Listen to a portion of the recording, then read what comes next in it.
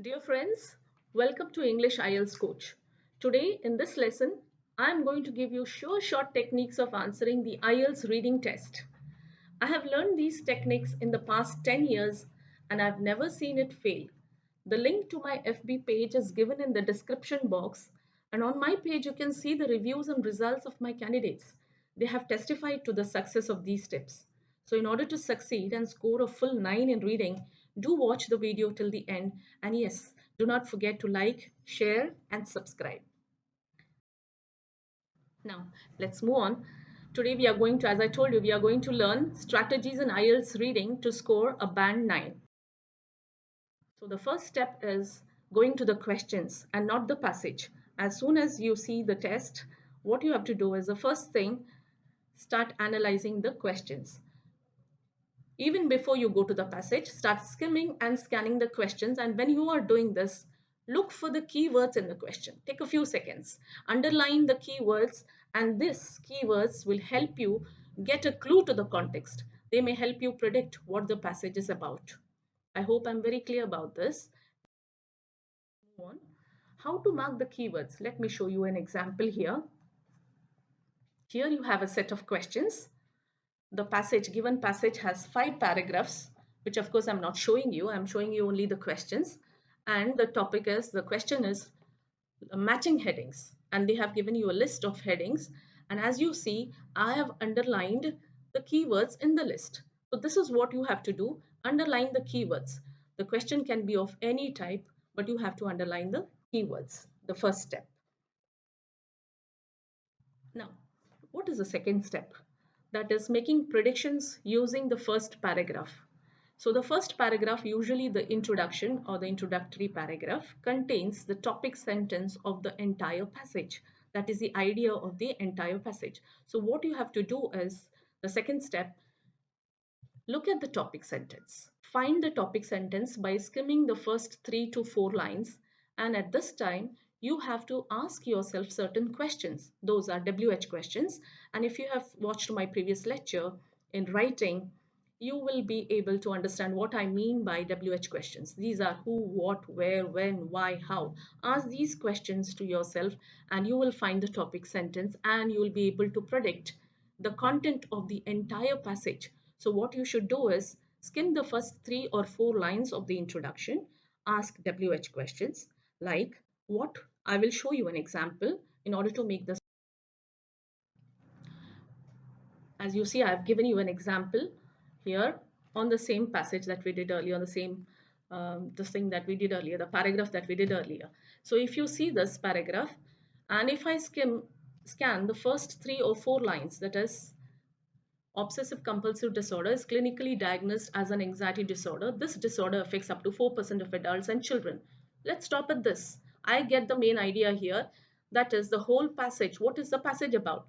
The passage is about a disease called obsessive compulsive disorder, and it affects 4% of adults and children. So the author is going to discuss the disease in the entire passage.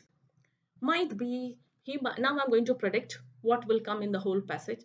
It might be the causes of the disease, it might be the effects, the treatment. So it's entirely about obsessive compulsive disorder. So this is my prediction. I'm not going to read the whole thing now. I'm just going to skim the first 2 or 3 lines. Sometimes it might be after the third line or after the fourth line. So you have to scan the first 2 or 3 lines and then predict what will come in the entire passage. So this is your prediction. Let me give you another example. This is a very easy one. See the first sentence. Your health is one of your most valuable assets. So of course, what is it going to be about? The entire passage is going to be about health, and maybe how to keep your body in good shape, how to stay healthy, what are the ways and means, the techniques of staying healthy. So the author is going to discuss all this and you are going to predict it. Okay, once this is done, the third step. Let's move on to the third step now. Now, what have I written here? You have to locate the topic sentence in the second paragraph. If you have watched my earlier lecture in writing, you will know that each paragraph has a main idea or a topic sentence. So you have to move on to the second paragraph. You finished with the introductory paragraph. Now you're moving to the second one, and there again, you have to scan the first 2 or 3 lines and locate the topic sentence. Now, if you see on screen, you will see that I have marked the main idea in brown. That is the topic sentence of the second paragraph of OCD, obsessive compulsive disorder. So here, the second paragraph, the main idea is they experience worries.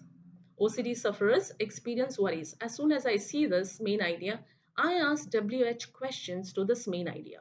That is, what are the worries? Think about a suitable WH question here.